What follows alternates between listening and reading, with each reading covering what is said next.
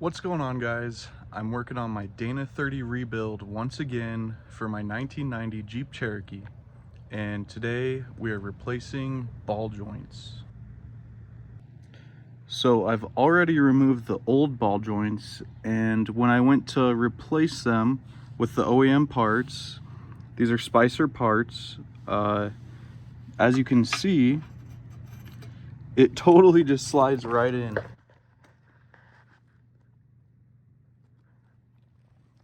And these are supposed to be super tight. You're supposed to have to press these in with a ball joint press. And this one is just totally loose. So it's not going to work for me at all. Now, if you have the same issue as me and your ball joints are just too loose, they don't fit within the inner C on your axle, they just slip right in, right out, and you need to find a solution, well, here it is. I found it for you. I did all the research. This is what you need. This is the MOOG problem solver. It's a knurled ball joint, and you can see it has these splines, which makes it just a tad wider than the OE Spicer ball joint. This is originally what came in the Jeeps. But so many people seem to have this issue that MOOG actually created a ball joint that is designed to fix this issue and work alongside all your other OEM parts with no other modifications needed. Now, I'm gonna go install these in my axle and show you guys how well they work on my stuff.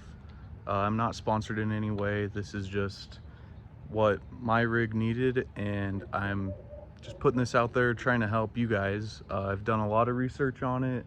I've put in the time trying to figure out the right parts, and I'm trying to make this video so that you guys don't have to. You can just find it all right here on this one resource. I'm gonna put all the Amazon links in the description, as well as the part number, just in case you don't want to go through Amazon, you want to go through Rock Auto or some other third-party online website. Hopefully you find this video helpful, and if you do, feel free to like, subscribe, and comment with anything else you'd like to see me do on the channel. I'm gonna get going, install these into my axle, and I'll bring you guys along. Let's get to it.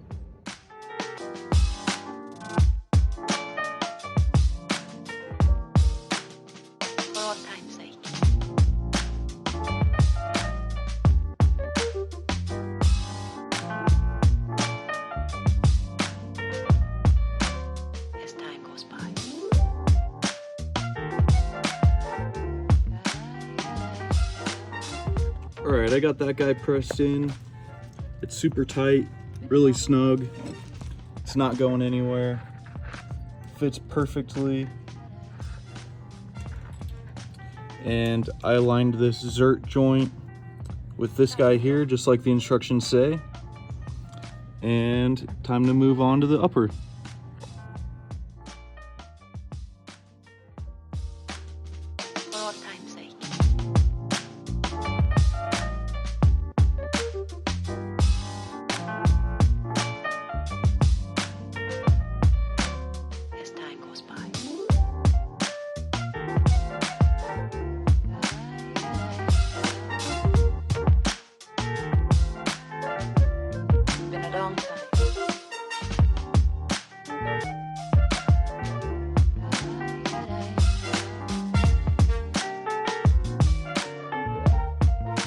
Alright, there we go.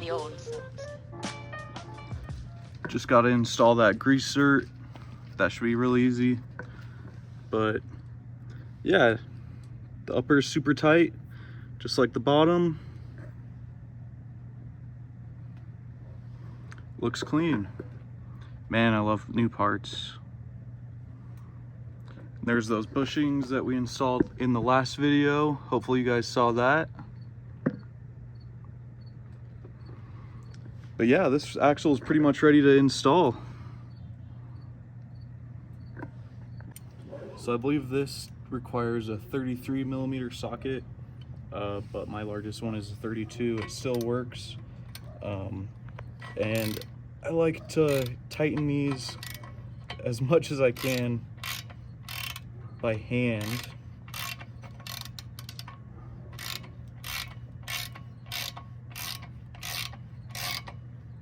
And then you just need to make sure that the hole lines up with the slot on the castle nut so that you can get your cotter pin in there, just like so.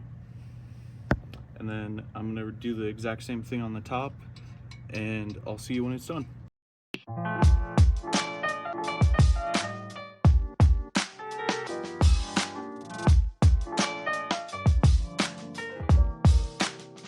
For all time's sake.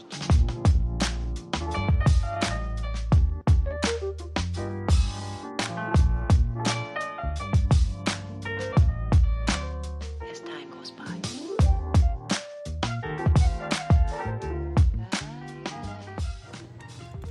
All right, there you go. There's the completed install of upper and bottom ball joints. As you can see, there's a little gap here, but apparently that's a new design.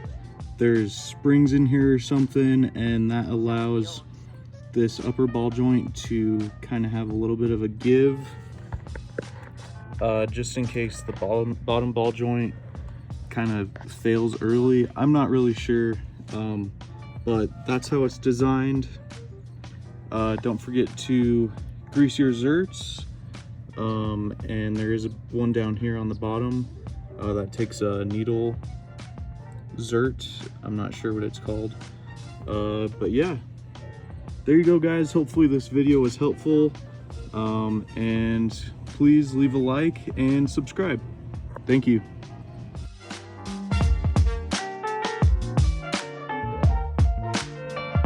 Some of the old